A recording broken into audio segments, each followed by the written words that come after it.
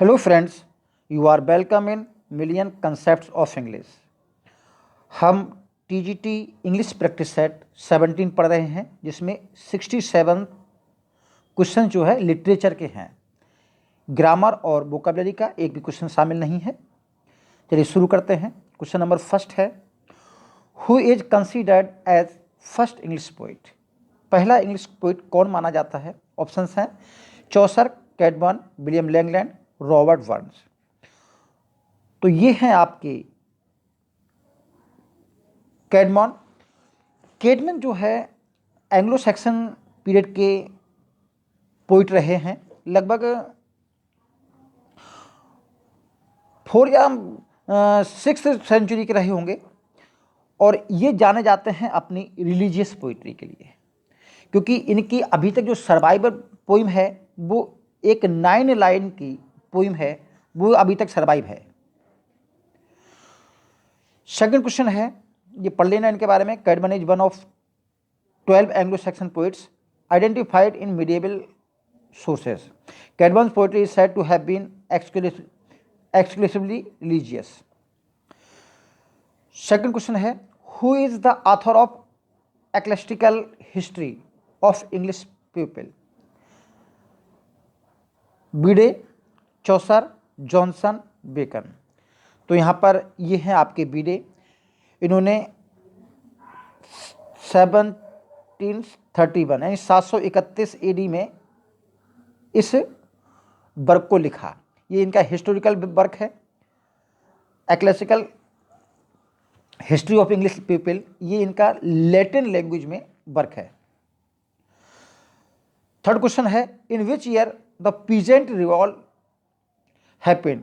तो peasant revolt कब हुआ ये आपको बताना है। ऑप्शंस हैं 1381, 1300, 1350 या 1400।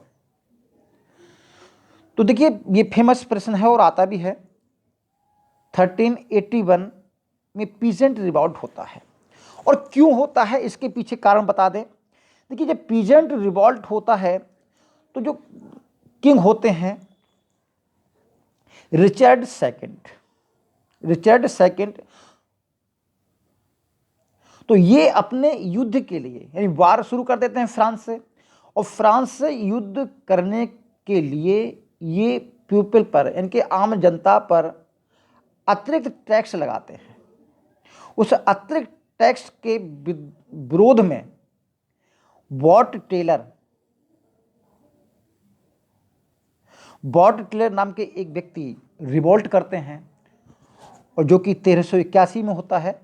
और उस रिवॉल्ट को रिचर्ड सेकंड वॉट टेलर की फांसी लगा करके समाप्त कर देते हैं।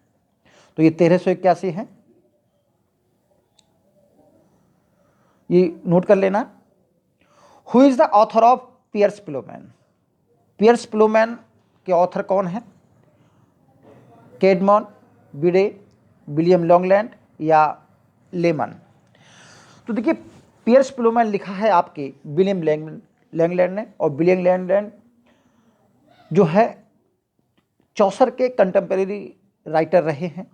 और ये जो पियर्स प्लोमैन है ये एक एलोग्रिकल वर्क है, और इसमें ये रिलीजियस थीम पे लिखा हुआ है। अगला प्रश्न है, who led the Norman Conquest. तो आपको पता है कि नॉर्मन कॉन्क्वेस्ट जो होते हैं वो 1066 में होती है, और William the Duke of Normandy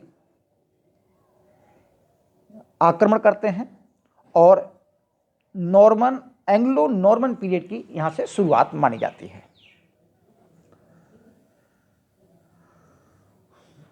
question 6 है, the first English printer who set up press in 1476।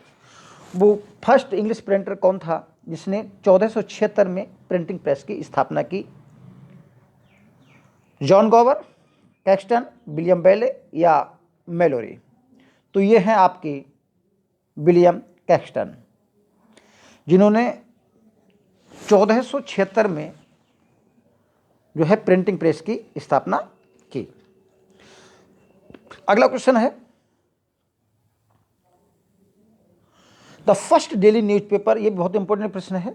First daily newspaper the daily current, इसका नाम था daily current, appeared in London इन। आपको बताना है कि पहला न्यूज़पेपर द डेली करंट कब पब्लिश हुआ, 1688, 1700, 1702 या 1725। तो पहला न्यूज़पेपर 18वीं शताब्दी की शुरुआत में जो है 1702 में आता है। ये बहुत इंपॉर्टेंट प्रश्न है, याद कर लेना आप इसको। क्वेश्चन है, in a single generation nearly 2000 public coffee houses, each a centre of sociability sprang up in London alone, and the number of private clubs is quite astonishing। तो इनके बहुत सारे कॉफ़ी हाउस शुरू हुए लंदन में। This new social life, यानी कि coffee house की जो लाइफ थी, had marked effect in polishing men's word and manners in. तो इन्होंने लोगों की सोशल लाइफ पर और लोगों के व्यवहार पर काफ़ी असर डाला। तो ये कॉफ़ी हाउसेस किस सेंचुरी में शुरू होते हैं, आपको ये बताना है।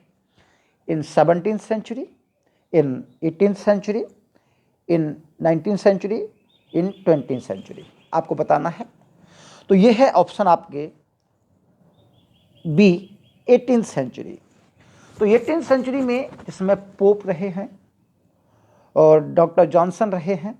ये इस दौरान के जो लाइफ रही है लिटरेरी, वो अर्बन लाइफ पर उन्होंने किया है, और अर्बन लाइफ में ही कॉफ़ी हाउसेस का बहुत ज़्यादा चलन रहा था। तो आपका ऑप्शन बी है।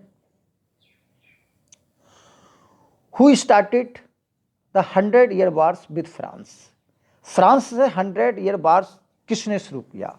तो आप जानते हैं कि 100 ईयर वार्स जो है कब शुरू हुआ। तो 100 ईयर 1337 से तो शुरू होता है और 1453 तक 3 फेसेस में ही लड़ा जाता है। अब इसको शुरू करते हैं एडवर्ड थर्ड। तो आपका ऑप्शन सी है, एडवर्ड थर्ड शुरू करते हैं और लास्ट में इसमें फ्रांस की विजय होती है।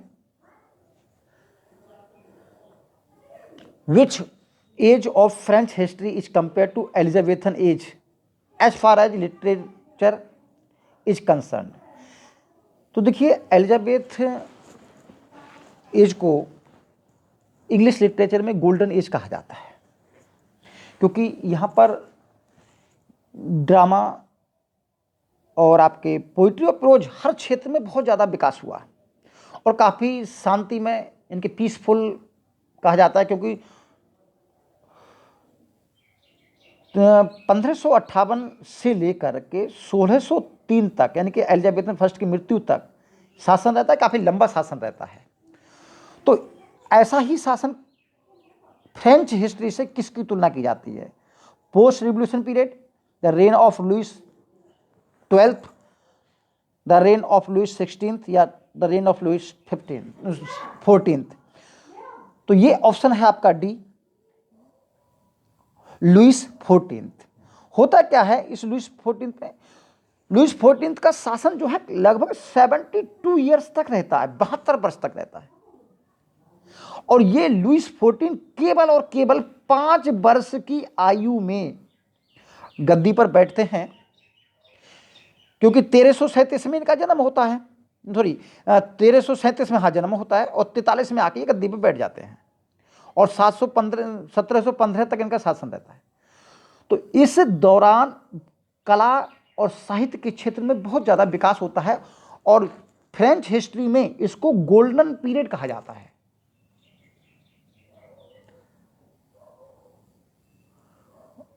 If man loses his wife, he pines for second. Find out the figure of speech in these lines. इस लाइन में आपको यहाँ डिस कर लीजिए, इस लाइन में आपको फिगर ऑफ स्पीच बताना है कि कौन सा है। चलिए अर्थ निकालते हैं।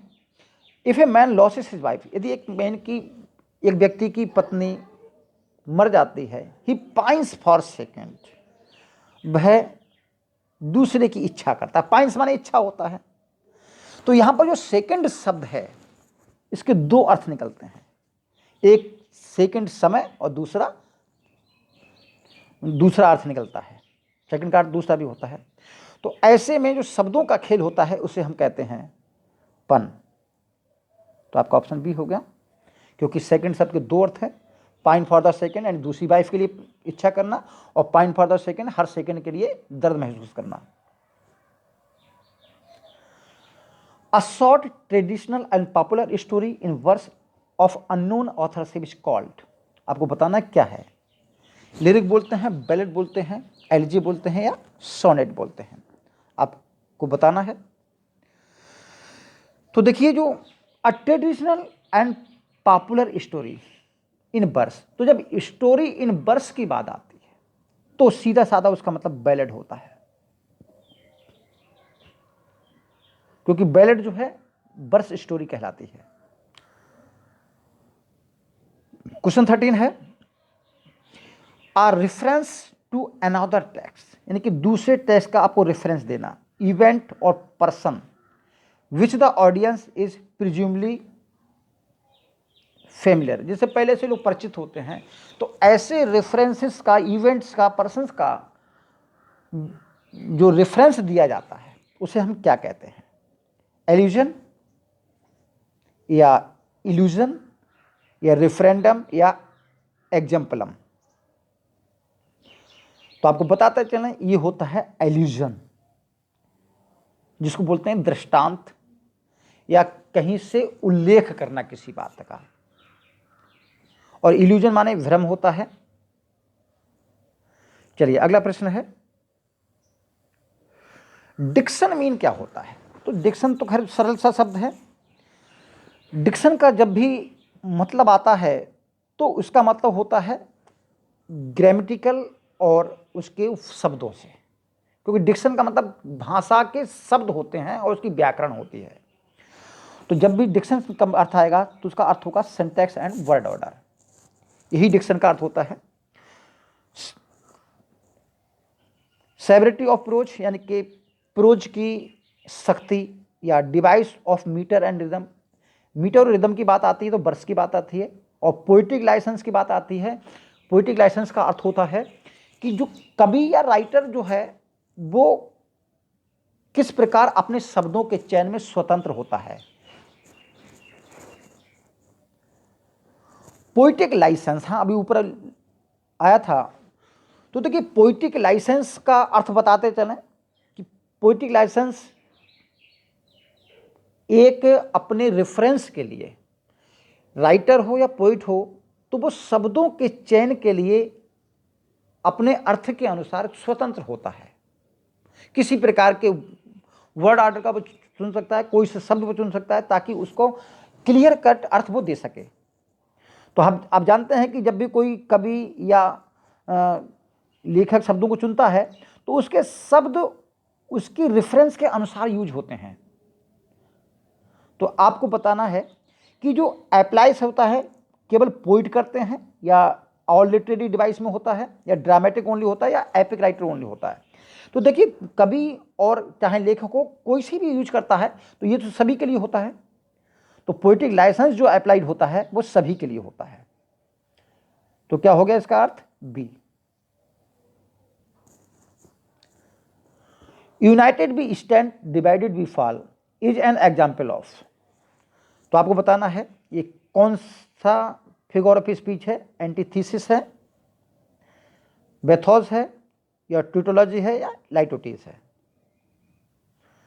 तो आपका ये है ऑप्शन एंटीथीसिस, क्योंकि united we stand, divided we fall दोनों विपरीत अर्थ रखते हैं, और एंटीथीसिस का मतलब होता है कोई भी एक बात, पूरी सिंगल लाइन की एक बात, और ऑक्सीमोरन जो शब्द होता है उसमें दो डिफरेंट अर्थ के शब्द एक साथ रखे होते हैं, यहाँ पर दो डिफरेंट सेंटेंस होते हैं।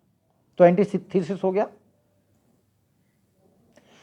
यूजिंग वर्ड्स और letters to imitate sound is called, जिसमें शब्दों का या क्रम होता है इमिटेट टू साउंड, जिससे साउंड की या ध्वनि की हम कल्पना कर लेते हैं, ध्वनि का बोध होता है, तो क्या कहेंगे उसे? अलिट्रेशन बोलेंगे, सिमली बोलेंगे, ओनोमेटोपोइया बोलेंगे, ऑल ऑफ दीज। तो आप जानते हैं कि जब जहाँ शब्दों से रेफरेंस होता है, साउंड, जहाँ शब्दों से साउंड का पता लगता है, तो वहाँ हम ओनोमेटोपोइया बोलते हैं। सी हो गया आपका।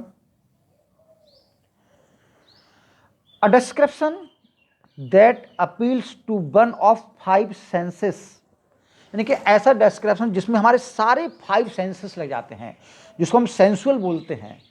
तो ऐसे को हम क्या बोलेंगे? इमेजरी बोलेंगे, पर्सोनिफिकेशन, मेटाफर या ऑल ऑफ दीज। तो देखिए, जहाँ सेंस से हम कल्पना करते हैं तो वहाँ इमेजरी बनती है, इमेजिन करते हैं 5 सेंसेस से, तो इसको हम इमेजरी बोलेंगे।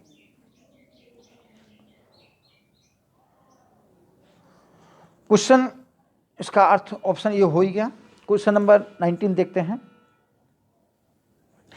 अ person with a poem with no metre और राइम इज कॉल्ड, ऐसी पोइम जिसमें ना तो कोई मीटर होता है ना राइम होता है।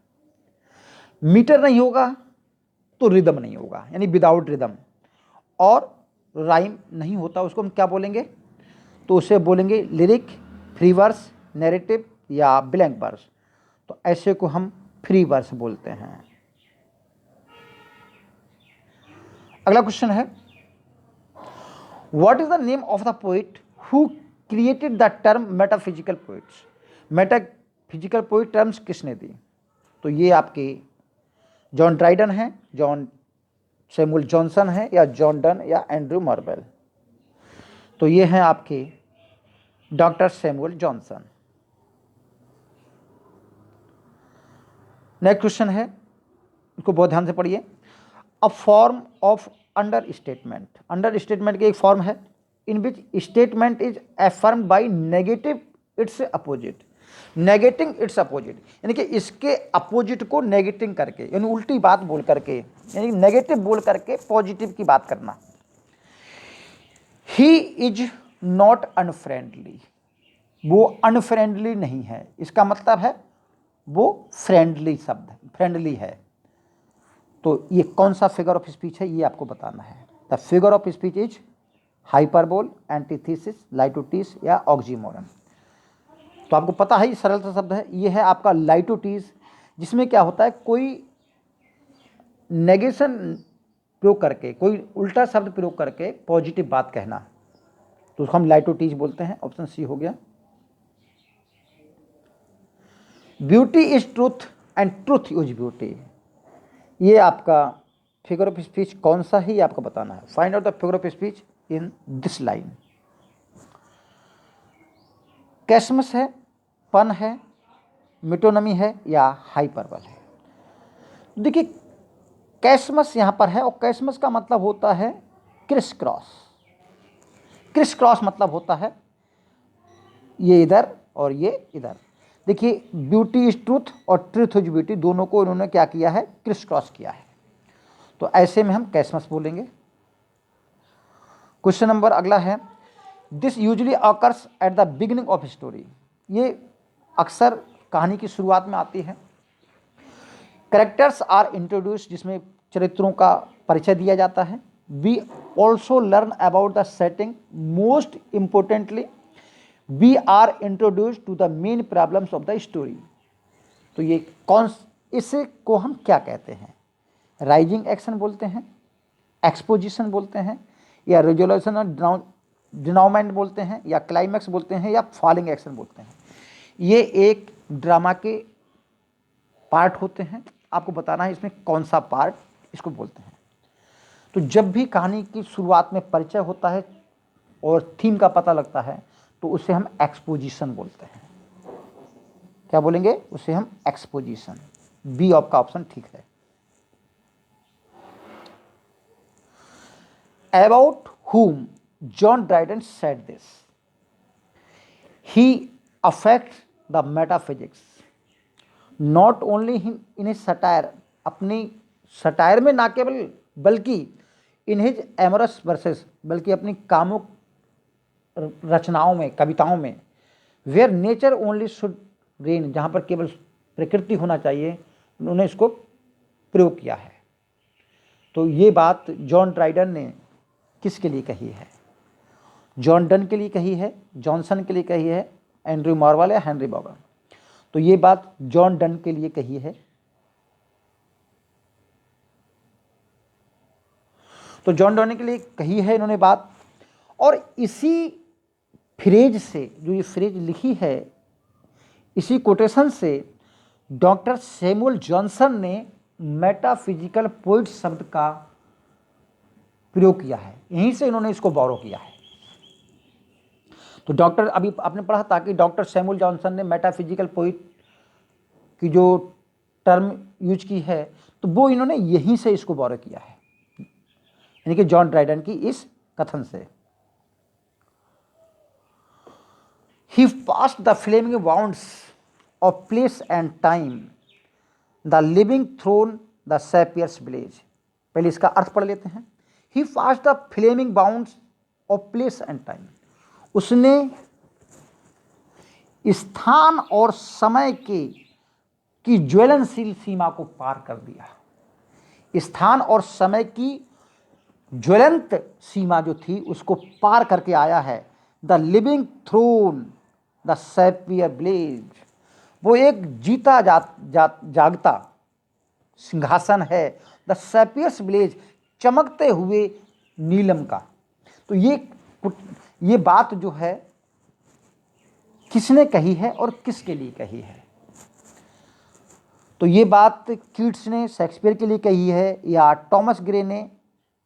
फिर ये तो इसका उत्तर तो नीचे लिखा हुआ है, पर ये बात टॉमस ग्रे ने जॉन मिल्टन के लिए कही है, और इनकी पोइम है द प्रोग्रेस ऑफ पोइसी, तो उसमें मिल्टन के लिए ये बात टॉमस ग्रे ने कही है।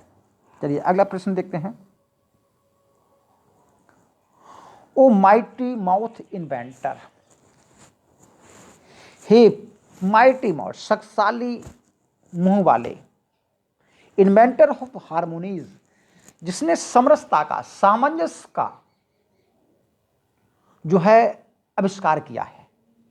O skilled to sing of time and और एटर्निटी, जो समय और अनंतता के बारे में गाने में उपयुक्त है, काफी कौशल है उसमें। God gifted organ voice of England, England की ईश्वर प्रदत्त आवाज है। Milton, a name to resound for ages, Milton जो युगों से नाम गूंज रहा है। ये बात किसने कही है? Who compose these lines about John Milton, आपको बताना है। तो देखिए ये पोइम है मिल्टन, मिल्टन पोइम का नाम ही है, और ये पोइम लिखी है अल्फ्रेड लॉर्ड टेनिसन ने। तो अल्फ्रेड लॉर्ड टेनिसन की पोइम है, जिसे आप गूगल पे जाकर देख लेना। उस पोइम से ये लाइन्स ली गई हैं, और ये इन्होंने मिल्टन के बारे में कही है। Who wrote an elegy, Milton wrote an elegy Elegia Prima, ये इनकी लैटिन एलिजी फर्स्ट है, फॉर चार्ल्स ड्यूडेटी, इन्होंने चार्ल्स ड्यूडेटी के लिए लिखी है। इट वाज अबाउट, ये पोइम इन्होंने एलिजी लिखी है, फर्स्ट एलिजी है इनकी जॉन मिल्टन की। ये किसके बारे में लिखी गई है? चार्ल्स ड्यूडेटीज की डेथ के बारे में लिखी गई है, या हेनरी लॉयस की डेथ के बारे में लिखी गई है, या in it Milton claims to be enjoying his unexpected holiday by reading, girls watching and attending the theatre, या मिल्टन ने इसमें अपने ये बताया है इस एलिजी में कि मैं छुट्टियों का बहुत अच्छा आनंद ले रहा हूँ, पुस्तक पढ़ रहा हूँ, लड़कियों के साथ घूम रहा हूँ, या थिएटर देख रहा हूँ, या it was about Milton's Horton life, या इसमें मिल्टन ने अपने हॉटन लाइफ का वर्णन किया है। ये बात आपको बतानी है। तो एलिजी नाम से कहीं चूक मत जाना कि ये डेथ पर लिखी जाती है। देखिए एलजी जरूरी नहीं डेथ पे ही लिखी जाए, क्योंकि एलजी लिखी जाती है जो एल्जियाक मीटर में होती है, यानी कि आइएम्बिक पेंटामीटर फॉलोड बाय हेक्सामीटर, तो जो क्रम में होते हैं उसको हम एलजी की टर्म बोलते हैं। तो ये लिखी थी उन्होंने अपने, जब इनको कॉलेज से निकाल दिया गया था तो इस समय अपना पीरियड ये काफ़ी एंजॉय कर रहे थे, तो उसके बारे में इन्होंने चार्ल्स जियोडेटी को एक लेटर लिखा था, और ये लेटर की जो एलजी है वो इनकी फर्स्ट एलजी कहलाती है। तो आपका ऑप्शन सी हो गया। What is the meaning of Iconoclastes? तो आइकोनोक्लास्टस का क्या अर्थ है ये आपको बताना है। आइकोनोक्लास्टस जो है जॉन मिल्टन की एक प्रोज ट्रैक है, और इसका अर्थ क्या है? इमेज क्रिएटर, इमेज ब्रेकर, या रॉयल इमेज, या इमेज ऑफ द किंग, क्या अर्थ इसका अर्थ है? तो क्लास्टस का मतलब होता है तोड़ने वाला, तो आइकॉन माने होता है इमेज, प्रतिमा, तो इसको बोलेंगे प्रतिमा ध्वंसक, यानी कि इमेज ब्रेकर कहलाएंगे। और ये आइकोनो बेस लाइक एक रचना थी, उसके जवाब में इन्होंने जॉन मिल्टन ने इसको लिखा था। तो आपका ऑप्शन कौन सा हो गया? B. Milton wrote Defensio Pro Populo Anglicano, a Latin polemic. Milton की ये जो रचना है डिफेंसियो प्रो पापुलो एंग्लिकानो, इसका अर्थ बताना है क्या होता है। What is its meaning in English? Defence of the people of England, या defence of members of parliament, या defence both A and B, या नन?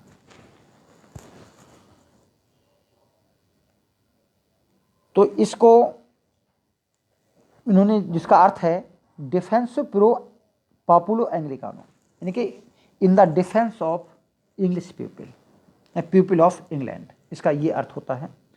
तो आपका ऑप्शन ए है इसमें। Milton wrote Defensio Pro Populo Anglicano, a Latin polemic in reply the work of Defensio Regia Pro Carolo in royal defence on behalf of Charles first is work by.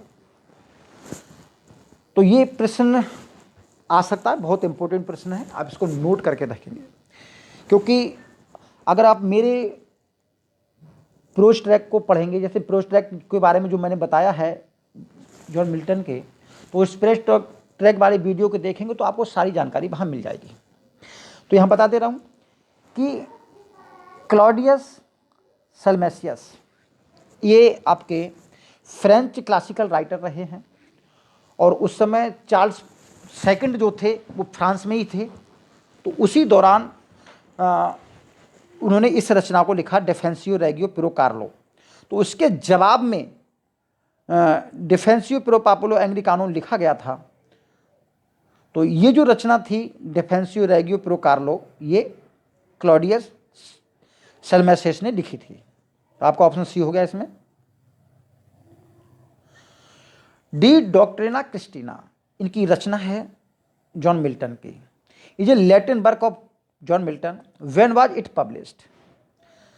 तो पहले तो ये publish हुई बहुत बाद में, क्योंकि 1823 में तो इसको खोजा गया, यानी कि इसका जो मैन्युस्क्रिप्ट मिली थी वो 1823 में मिली थी, और 1825 में इसको पब्लिश किया गया। तो आपका ऑप्शन सी हो गया।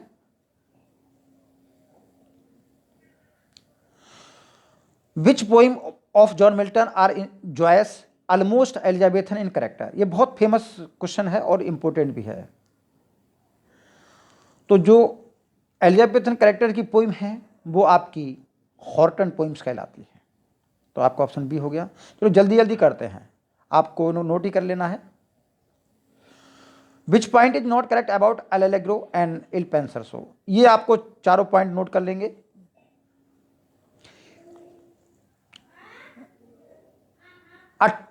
आपको बताना है which point is not correct, कौन सा पॉइंट इसमें सही नहीं है about L'Allegro and Il Penseroso. The title of L'Allegro and Il Penseroso are from musicology. तो ये म्यूजिकोलॉजी से ही लिए गए हैं, ये ठीक है। Both are pastoral poems traditionally Theocritus pastoral model. तो थियोक्राइटस के पास्टोरल मॉडल पर बेस्ड हैं, ये पास्टोरल पोइम्स हैं, ये भी बात सही है। एल एलेग्रो मीन्स होता है हैप्पी मैन और इल पेंसरसो मीन होता है द मेलंकली मैन। मुझे लगता है ये भी बात सही है। फोर्थ देखते हैं, L'Allegro presents cavalier outlook of life while Il Penseroso present the Puritan outlook of life. ये भी सही है। ऑल आर करेक्ट, सभी सही हैं। तो ध्यान रखना ये सारे पॉइंट्स ठीक हैं, तो ये काफ़ी इंपॉर्टेंट पॉइंट बनते हैं, इसके नोट कर लेंगे आप। तो ऑल आर करेक्ट, कोई भी गलत नहीं है। प्रश्न है, Shakespeare is above all writers, at least above all modern writers and the poet of nature, the poet that holds up readers a faithful mirror of manners of life. ये बात William Shakespeare के लिए किसने लिखी है? Doctor Samuel Johnson, Matthew Arnold, Alexander pope या Thomas Carlisle? बहुत important question है। तो ये बात कही है आपकी डॉक्टर जॉनसन ने, डॉक्टर जॉनसन ने। और डॉक्टर जॉनसन ने लिखा है प्रीफेस टू शेक्सपियर। तो प्रीफेस टू शेक्सपियर जो लिखा है उसमें ये बात इन्होंने कही है। England and Scotland now shared same monarch under the known as union of crowns. तो किस मोनार्क के अंदर the union of crowns named under, किसके अंतर्गत आता है? Queen Elizabeth first, James first, Charles first या क्वीन मैरी? तो आप जानते हैं कि 1603 में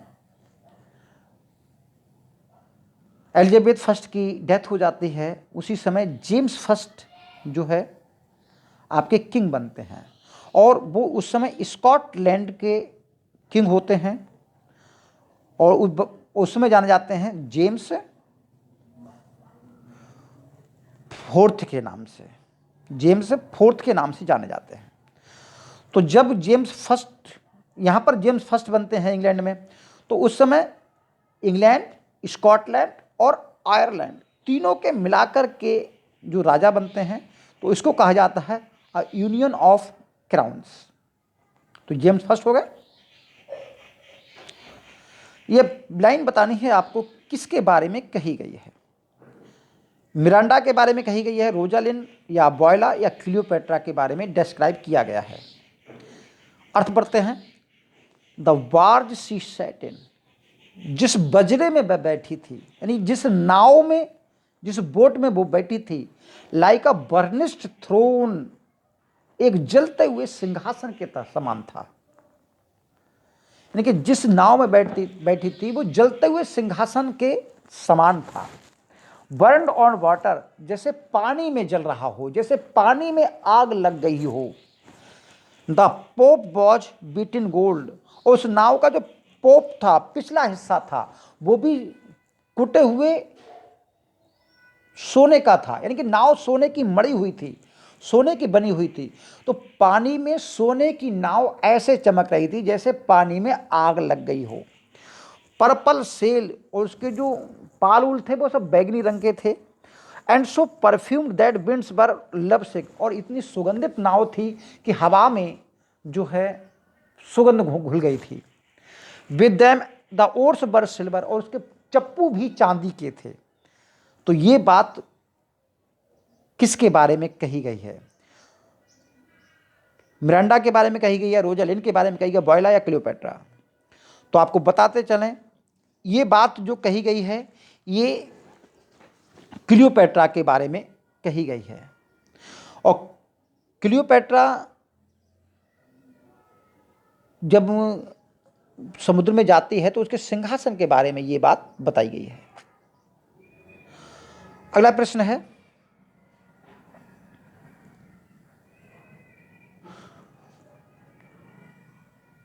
माई salad days when I was in green judgment, cold in blood to say as I said then। आपको बताना है ये लाइन किस प्ले से ली गई है। Antonio and Cleopatra, King Lear, Midsummer Night's Dream या ओथेलो। अर्थ बताते हैं। My salad days, salad days का कहा जाता है जवानी के वो कच्चे दिन जहाँ सही और गलत की परख नहीं होती, यानी कि व्यक्ति अपने उन्माद में काम करता है, तो ऐसी कहे जाते हैं कच्ची उम्र के दिन। यानी कि my salad days when I was in green judgment, जब मैं ग्रीन जजमेंट में थी। तो ग्रीन जजमेंट क्या होता है कि जहाँ बिना सोचे समझे जो है निर्णय ले लिए जाते हैं। कोल्ड इन ब्लड टू से एज आई सेड देन, मैं क्या कहूँ कि उस समय मैं कैसी थी। तो ये बात कौन कहता है? तो ये बात चार्मिया से क्लियोपेट्रा कहती है। चार्मिया उसकी मेड होती है, उससे कहती है। तो ये लाइन ली गई है एंटोनियो एंड क्लियोपेट्रा से। बहुत इंपॉर्टेंट लाइन है, और इससे ऊपर वाली लाइन तो और भी ज़्यादा इंपॉर्टेंट थी। Who of the following was not among Roman generals of the three joint leaders, जिसको हम बोलते हैं ट्रेम्विर्स। तो ट्रेम्विर्स के अंतर्गत इसमें कौन नहीं आता है? मार्क एंटोनी, ऑक्टेवियस सीजर, लेपिडस या सेक्सटस पोम्पी। तो देखिए, जो तीन शक्तिशाली योद्धा कहलाते हैं वो हैं मार्क एंटोनी, ऑक्टेवियस सीजर और लेपिडस। इनको हम थ्री ज्वाइंट लीडर्स बोलते हैं, रोमन जनरल्स हैं ये, और इनको ट्रायम्विर्स में गिनती आती है। तो इसमें आपका ऑप्शन हो गया डी, सेक्सटस पोम्पी इस श्रेणी में शामिल नहीं है। सेक्सटस पोम्पी कौन है? A rebel against the triumvirate, इन ट्रायम्विरेट के अंतर्गत ये रिबल है। And son of the late Pompey, जिसको हम जूलियस सीजर में भी पढ़ते हैं पोम्पी के बारे में। लियर is the king of which country, King Lear पढ़ा होगा आपने। किंग लियर में जो सेटिंग है वो किस देश की है, या किंग लियर किस देश के राजा हैं? डेनमार्क, फ्रांस, ब्रिटेन या आयरलैंड। तो आप पता होना चाहिए कि आपके जो किंग हैं वो ब्रिटेन के हैं। तो आपका ऑप्शन सी हो गया। हु इज ग्लॉस्टर्स इलेजिमेट सन, जो ग्लॉस्टर है उसका इलेजिमेट सन कौन है? एरिक, एडमंड, एथन और एडवर्ड। तो ये है आपका एडमंड। क्वेश्चन नंबर नेक्स्ट है, when King Lear announces that he is retiring, what does he want to do with his lands. तो वह अपने राज्य का क्या करना चाहता है? ऑप्शंस है, choose one of his daughters to be queen, यानी कि अपनी एक पुत्री को रानी बनाना चाहता है। Divide them equally among the his daughters, या अपने लैंड को अपनी डॉटर्स में बराबर बांट देना चाहता है। या give them equally to his son in laws, या बराबर अपने सन इन लॉ में बांटना चाहता है। या reward his youngest daughter with the land, या अपनी छोटी पुत्री को देना चाहता है। तो आप जानते हैं, आपने कहानी की शुरुआत में ही इससे होती है किंग लियर की, कि राजा तय कर चुका होता है कि वह अपने पूरी संपत्ति को अपने पुत्रियों में बांटेगा, लेकिन उससे पहले तय करना चाहता है कि कौन उससे किस तरह प्यार करते हैं। तो आपका इसमें ऑप्शन बी हो गया कि divided them equally among his daughters. What is the name of the person who stands for Cordelia. आप जानते हैं कि कॉर्डेलिया सच सच बयान करती है, और बाकी गोनरेल और जो रीगन है वो झूठ बोलती हैं। तो किंग लियर जो है उसको डिसइनहेरिएट कर देते हैं अपनी संपत्ति से। तो उसके पक्ष में कौन सा जो व्यक्ति है वो खड़ा होता है? बरगंडी खड़ा होता है, अल्बेनी, कैंट या ग्लास्टर। तो उसके पक्ष में खड़ा होता है कैंट। तो यही कारण है कि कैंट को किंग जो है किंग लियर जो है वो निकाल के बाहर कर देते हैं। तो आपका ऑप्शन सी हो गया। Which man marries Cordelia even though she does not have a dowry. यद्यपि उसको दहेज नहीं मिलता, भाई थर्ड पार्ट नहीं मिलता और संपत्ति का, राज्य का, तो कौन व्यक्ति है जो उससे जो है शादी करना चाहता है? अर्ल ऑफ ग्लॉस्टर या लॉर्ड ऑफ बर्गंडी या नोवन या किंग ऑफ फ्रांस। तो देखिए बाद में देखा होगा कि फ्रांस की रानी बन जाती है, तो किंग ऑफ फ्रांस जो है उसकी सादगी के कारण, उसकी सच्चाई के लिए उससे शादी करता है। कौन कहता है ये लाइन्स आपको बताना है। As flies to wanton boys are be to the gods. जिस प्रकार शरारती बच्चों के लिए मक्खियां होती हैं, उसी प्रकार देवताओं के लिए हम लोग होते हैं। दे किल अस फॉर देयर स्पॉट्स। वे अपने मनोरंजन के लिए, देवता लोग अपने मनोरंजन के लिए, अम्यूजमेंट के लिए हमको मारते हैं। Who speak these words. ये शब्द कौन बोलता है? किंग लियर बोलता है, ग्लॉस्टर बोलता है, एडगर बोलता है या कैंट बोलता है? तो ये बात जो है ग्लूसेस्टर बोलता है। तो ग्लूसेस्टर को रीगन और उसका हस्बैंड जो कॉर्नवाल होता है वो इसकी आंखें निकाल लेते हैं, इसको अंधा कर देते हैं। तो अंधा होने के बाद जो है ग्लूसेस्टर ये बात बोलता है। तो आपका ऑप्शन बी हो गया।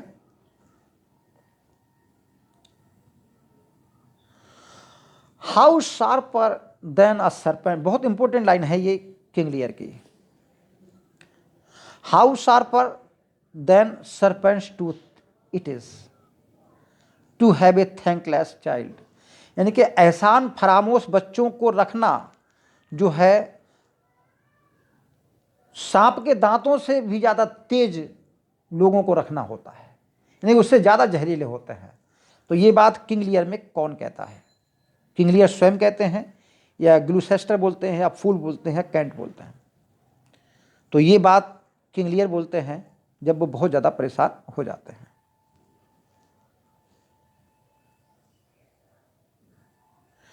आई am a man more sin against than sinning.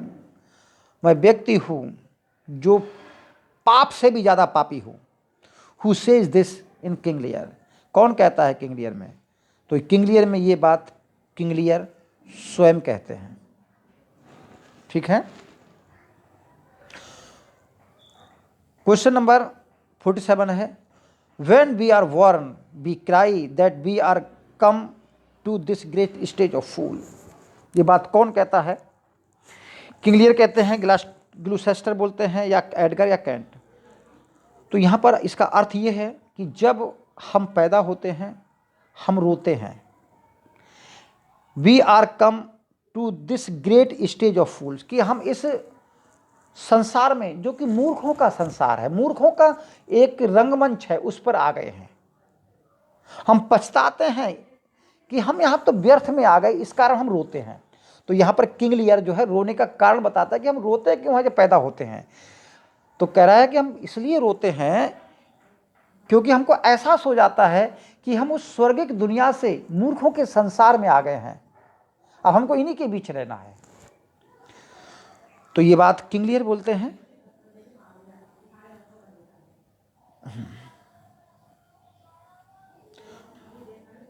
ये बहुत इंपॉर्टेंट लाइन है, बहुत इंपॉर्टेंट लाइन। और ये बात कौन कहता है ये तो आप समझ ही जाएंगे, खैर, लेकिन इसका अर्थ समझिए, बहुत मजेदार अर्थ है। वाई ब्रांड दे अस। वे हमको किस प्रकार का ब्रांड मानते हैं? देखिए यहाँ पर दो की बात हो रही है, एक जायज की और एक नाजायज की। बहुत प्यारा अर्थ लिखा है विलियम शेक्सपियर ने, जायज और नाजायज के बीच अंतर बता रहा है। वाई दे ब्रांड दे अस। वे हमको किस प्रकार का ब्रांड मानते हैं? विद बेस, यानी कि निम्न तरह का, विद बेसनेस, जिसमें नीचता छिपी होती है, बास्टर्ड, यानी कि बास्टर्ड मानते हैं, हरामी मानते हैं। बेस अब यहां पर वो अर्थ बताते हुए क्या कहता है, देखिए, who in the lusty stealth the nature's take more composition and fierce quality, कि जिसमें प्रेमी और प्रेमिका स्टिल नेचर टेक, यानी कि उसमें काफ़ी कामुक यानी कि लस्टी जो व्यवहार होता है वो करते हैं। मोर कंपैशन एंड फायर्स क्वालिटी, उस समय जब प्रेमी और प्रेमिका इंटरकोर्स करते हैं तो उस समय काफ़ी लस्टी होते हैं, कंपोज यानी कि उनमें काफ़ी फायर्स क्वालिटी होती है। Than doth within dull stale tired bed go to creating the whole tribe of fops, बजाय उसके जब कोई पति पत्नी होते हैं तो उनके बिस्तर पर वो काफ़ी बासी होते हैं, काफ़ी डल होते हैं और टायर्ड होते हैं। तो जब प्रेमी प्रेमिका जिनकी जैसे नाजायज संतान की बात करते हैं तो वो काफ़ी उत्साह से नाजायज संतान को उत्पन्न करते हैं, और जबकि पति पत्नी जायज रूप से संतान उत्पन्न करते हैं तो वो काफ़ी डल होते हैं, स्टिल होते हैं और टायर्ड होते हैं। Go to the creating the whole tribe of tops, तो इस प्रकार उनसे दो प्रकार की संतानें उत्पन्न होती हैं, एक नाजायज एक जायज। गो इट मीन एस्लीप और एंड वेक, तो इसमें क्या कहता है, एक जो है जागती हुई संतान होती है, एक होती है सोती हुई, एक उन्नीदी उत्पन्न होती है और एक जोश से उत्पन्न संतान होती है। तो कह रहा है कि हम बास्टर्ड लोग क्यों नीच माने जाते हैं जबकि जो जोशीली उत्पत्ति की संतान होते हैं। तो ये बात कौन कहता है, तो ये बात कहता है उसका जो बास्टर्ड सन होता है एडमंड। तो एडमंड कहता है कि हम लोग जो है काफ़ी जोशीली प्रवृत्ति की उत्पत्ति होते हैं। You think I will weep, तुम सोचती हो मैं रोऊंगा। No I will not weep, मैं रोऊंगा नहीं। I have full cause of weeping, पूरे कारण है मेरे पास रोने के।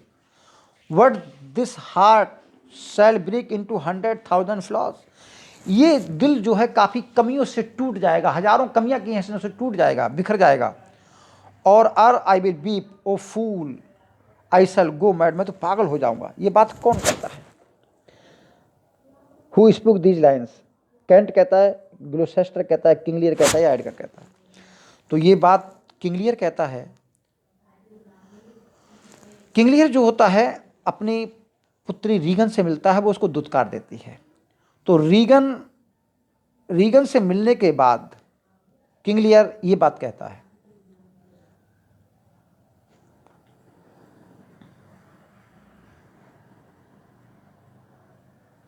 अगला है which among these is not the Lear's daughter, King Lear की डॉटर कौन सी नहीं है आपको बताना है, कॉर्डेलिया, रीगन, गोनरेल या ओफेलिया। तो आपको पता है ओफेलिया नहीं है क्योंकि गोनरेल सबसे बड़ी होती है, रीगन उससे छोटी होती है और कॉर्डेलिया सबसे छोटी होती है। तो आपका ऑप्शन डी है। Shakespeare eventually retired from public life and return to Stratford in which year, तो ये बात आपकी 1611 की है कि 1611 में वो जो है अपने घर वापस लौट जाते हैं। When did William Shakespeare by his house new palace नाम का, तो न्यू पैलेस नाम का उन्होंने सबसे बड़ा घर खरीदते हैं स्ट्रेटफोर्ड ऑन एवन में। तो आपको बताना है कब खरीदते हैं, तो ये बात है इनकी 1597 की, और उसके बाद लौट कर आते हैं तो 1599 में जब ग्लोब थिएटर की स्थापना होती है तो ग्लोब थिएटर में भी अपने शेयर होल्डर बन जाते हैं। आपको बताना है first comedies of Shakespeare's were Love's Labour's Lost, two gentleman of Verona या much ado about nothing, as you like it, all's well that ends well, twelfth night, the tempest और winter's day. तो सबसे पहली comedies कौन सी हैं वो आपको बतानी है। तो ये है आपकी Love's Labour's Lost and Two gentleman of Verona, ये इनके फर्स्ट पीरियड में लिखी गई हैं। Much Ado About nothing as you like It second period में लिखी गई हैं। All's well that ends Well और ट्वेल्थ नाइट ये थर्ड पीरियड में लिखी गई हैं, और इनके लास्ट पीरियड की लिखी गई रोमांटिक ट्रेजी कॉमेडीज हैं, ये रोमांसेस हैं। ये आपको ये बातें इसी तरह याद हो जाएंगी यदि आप हमारा वीडियो देखते हैं विलियम शेक्सपियर की प्लेज की शॉर्ट ट्रिक के बारे में। हमने इनको शॉर्ट ट्रिक में जाएंगे प्ले लिस्ट में, तो शॉर्ट ट्रिक मिलेगी याद करने की, तो वहाँ से हम सीख जाएंगे कि किसको किस तरह हम इनको क्रमशः याद कर लें, सीरियल से याद कर लें। तो आप शॉर्ट ट्रिक देख लेना जाके, आपको याद हो जाएगा। इसका ऑप्शन है A. Our sweetest Shakespeare fancy child, warble the native woodland wood notes wild, कल्पना के पुत्र, हे प्यारे शेक्सपियर। वारबिल माने गीत गाते हैं, हिज नेटिव वुडलैंड वाइल्ड, अपने जंगली या अपने जंगल में, अपने खुद के जंगल में। तो ये बात कौन कहता है? तो ये बात जॉन मिल्टन कहते हैं। ठीक है, अगला है, from which of the poem William Wordsworth these lines have been taken, the music in my heart I bore long after it was heard no more. ये लाइन किस पोइम से ली गई है? Ode to duty, solitary reaper, daffodils या Tintern Abbey. तो आपका option है सॉलिटरी रीपर। सॉलिटरी रीपर में जब वो लेडी गाना गाती है तो उसकी कह रहे काफ़ी लंबे समय बाद जो है वो अब सुनाई नहीं देती। The solitary reaper is ballad है, ऊड है, लिरिक है या पास्टोरल है? तो आपको बता दें सॉलिटरी रीपर जो है एक लिरिक है, ऑप्शन बैलेड नहीं रहेगा। क्वेश्चन नंबर है, who said about Keats he is with Shakespeare, वो तो शेक्सपियर के साथ हैं। तो ये बात आपके कहते हैं Matthew Arnold. The name the grand lame of lake किसको जाता है? रॉबर्ट सौदे को, विलियम वर्ड्सवर्थ को या लॉर्ड बैरन को या एस.टी. कॉलिंस को? तो ये जाता है आपके विलियम वर्ड्सवर्थ को। विलियम वर्ड्सवर्थ जो है ग्रैंड लेम ऑफ लेक कहलाते हैं। Who coined the phrase willing suspension of disbelief, ये बात किसने कही है? तो ये बात बायोग्राफिया लिटेरिया में एस.टी. कॉलिंस ने कही है।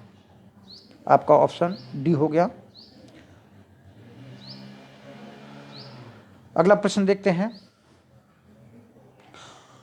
विच of the following plays is not written by John Galsworthy? Silver Box, Joy, Escape या डॉल्स हाउस? तो आपको बताना है। तो देखिए सिल्वर बॉक्स पहला है, जॉय और एस्केप इनके प्ले हैं, और जो डॉल हाउस है वो है जो आयरिश पोइट हैं, आयरिश प्ले राइट हैं हेनरिक इब्सन। ये हेनरिक इब्सन का प्ले है अ डॉल्स हाउस, और इब्सन से गाल्सवर्दी काफ़ी प्रभावित थे। The first play by John Galsworthy watch, तो अभी ऊपर बोल चुके थे कि सिल्वर बॉक्स 1906 में लिखा गया है, इनका फर्स्ट प्ले कहलाता है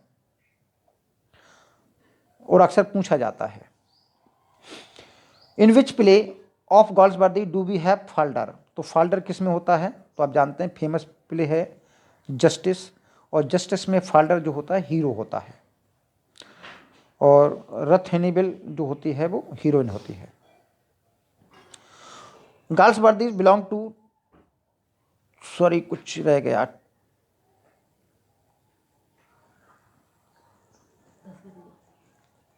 गाल्सवर्दी, ये तो खैर क्वेश्चन ही गलत हो गया क्योंकि हमने पहले लिख रखा है 20वीं सेंचुरी। तो गाल्सवर्दी 20वीं सेंचुरी के जो है प्ले राइट थे। विच of the following is not a one act play by Galsworthy? Galsworthy का कौन सा इन चार ऑप्शन में से वन एक्ट प्ले नहीं है? Little man, punch and go, the sun या स्किन गेम? तो आपको बताते चलें कि इनका जो Little man, punch and Go और सन है, ये तीनों ही वन एक्ट प्ले हैं, और जो स्किन गेम है ये आपका 3 एक्ट ट्रेजिक कॉमेडी है। ये स्किन गेम क्या है? 3 एक्ट की जो है ट्रेजिक कॉमेडी है। Which is the poetic work of John Galsworthy? कौन इसमें गलत लिखा है? Which is not a poetic work of John Galsworthy? John Galsworthy का इन 4 ऑप्शन में से कौन सा पोइटिक वर्क नहीं है? मूड्स, सॉन्ग्स एंड डॉगरेल्स, ये तो पोइम है इनकी। इन ऑफ ट्रैंक्विलिटी या the bells of peace, verses old and new. तो आपको बताते चलें, जो आपका बी ऑप्शन है द इन ऑफ ट्रैंक्विलिटी, ये कलेक्शन ऑफ एसेज और शॉर्ट स्टोरीज है, ये आपका पोइटिक वर्क नहीं है। बाकी 3 moods, songs and doggerels, bells of peace, verses old and new, इनके पोइटिक वर्क हैं।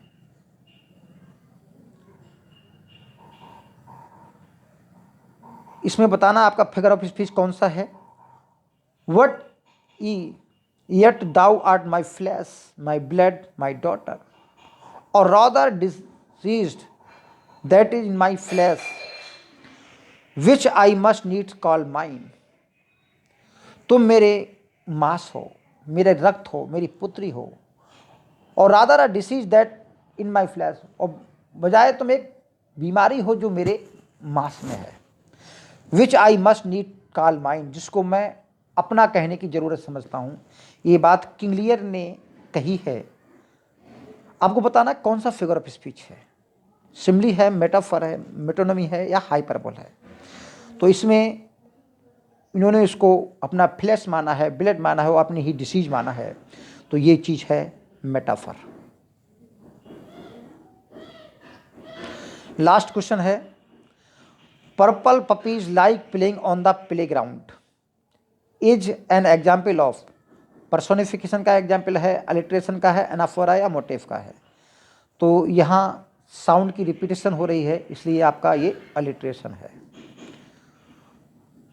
तो आपका ऑप्शन बी हो गया। तो आज के लिए इतना ही। Thank you, all the best.